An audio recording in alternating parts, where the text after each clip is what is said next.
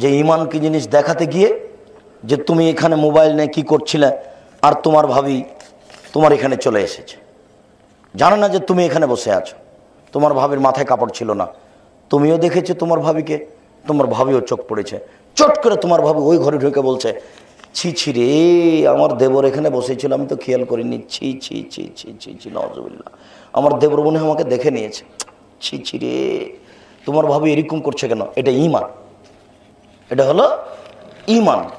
এই ছেলে তোমার ভাবির কথা বলেছিলাম যে তুমি এখানে বসে কি করছো, তোমার ভাবি চলে এসেছে এখানে, দিয়ে তোমাকে বলছে খালেদ তুই এখানে বসে আছিস রে, তোকে তো খুঁজছি।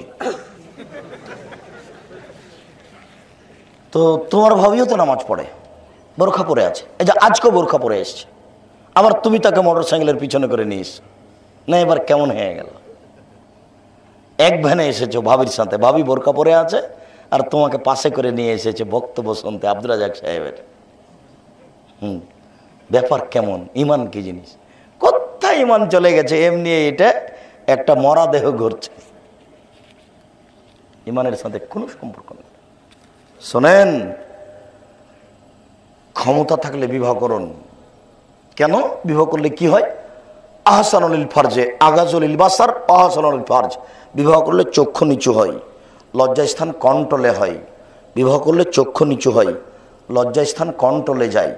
চক্ষু নিচু হয় মানে ওই মেয়েটা চোখে পড়লো না, আল্লাহ রসুল বলছেন ওর কাছে যা আছে আমার স্ত্রীর কাছে তাই আছে। আল্লাহ রসুল বলছেন রাস্তায় তুমি চলছো তো কোনো মেয়ে তোমার চোখে পড়লো, কেমন মনে হয়ে গেল, তুমি বাড়িতে যাও, বাড়িতে গিয়ে তোমার স্ত্রীর সাথে মিলনো লিপ্ত হও, তাহলে তোমার অন্তরে যেটা জেগেছে সেটা দূর হয়ে যাবে। ওর কাছে যা আছে তোমার স্ত্রীর কাছে তাই আছে, ওর কাছে যা আছে তোমার স্ত্রীর কাছে তাই আছে।